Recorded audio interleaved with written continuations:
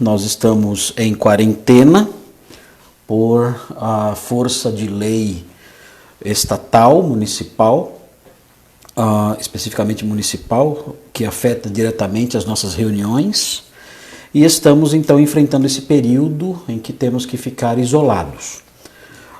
Nós não sabemos ao certo o deslinde disso, o desdobramento disso, mas cremos que em breve tudo voltará ao normal. Nós temos vivido dias difíceis, de debates políticos pesados, e nós como crentes ficamos no meio disso tudo e temos que ser muito cautelosos. Todas as posições relacionadas a essa pandemia, todas elas alegam ter fundamento científico, dados científicos que militam em favor aí das diferentes opiniões. E nós não sabemos ao certo o que pensar.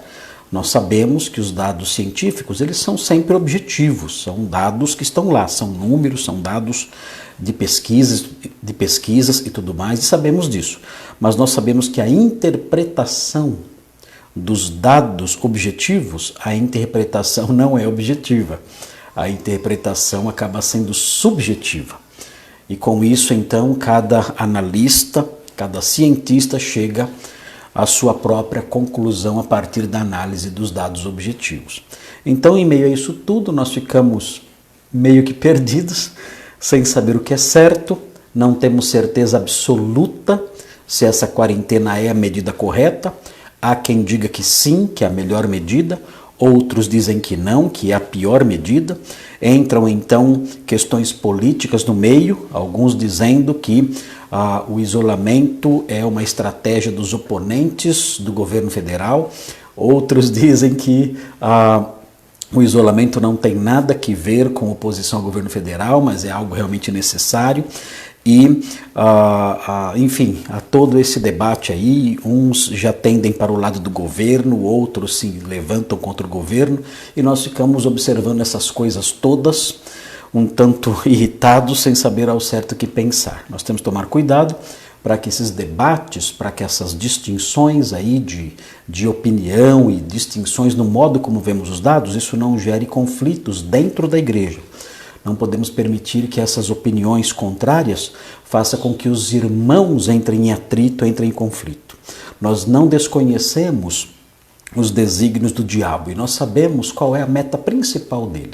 A meta principal dele é atingir o povo de Deus, a mensagem santa, destruir a igreja, porque a igreja é a coluna e o baluarte da verdade, e se ela for destruída, nenhuma outra instituição na terra vai proclamar a verdade.